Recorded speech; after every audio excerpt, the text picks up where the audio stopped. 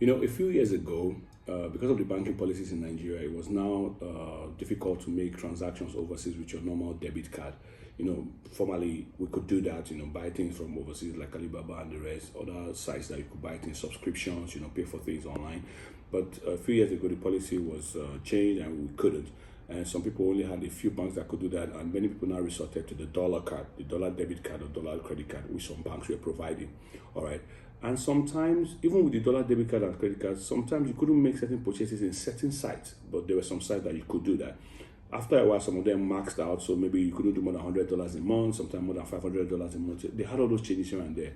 But recently, I think the policy has changed again, and some debit cards can do transactions online. So they begin to activate it again. You can buy from overseas. Some of them have the threshold of up to $1,000 a month or $100 a month. So it's going back to how it was at some 5, 6, 7 years ago. All right, but now there's something very key right here.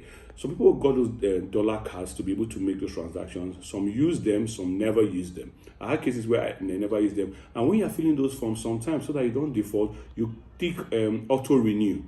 All right, so that when it expires, they renew. If it's your normal Nigerian debit card, it's not so expensive. 1,000, 2,000 we do that. But you see those debit cards, sometimes it takes as much as 15, 17, 20,000 to renew them. So because you put auto renew, you did not know. So sometimes you'll find out you just get a debit that they have renewed one card, $1 debit card and all that you've never used. So go and cancel it.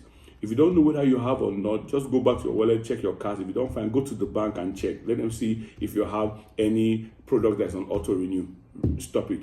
Just tell them not to renew again. If not, you think that somebody has hacked your account and is taking your money. All right. So go check if those your debit cards are not using again, those your dollar cards are not using again, are still there. Because some of them just have maybe a few months of validity, or maybe a few weeks, or maybe a few days before they go auto renew. So go and stop them so that they don't charge you for something you are not using, especially if in this bracket. All right. It happened recently let me leave it there. It happened recently, and the person was shocked, like, where did you get this card from? Just to find out that he had a debit card, a dollar debit card that he wasn't using, but he had put auto renew. And the thing is that it renews after 3 years. So you may have forgotten that you even had that, and boom, it shows up again. All right. So if you don't know, go to your bank and check. If you remember now, just say, I remember, and go and change it. All right.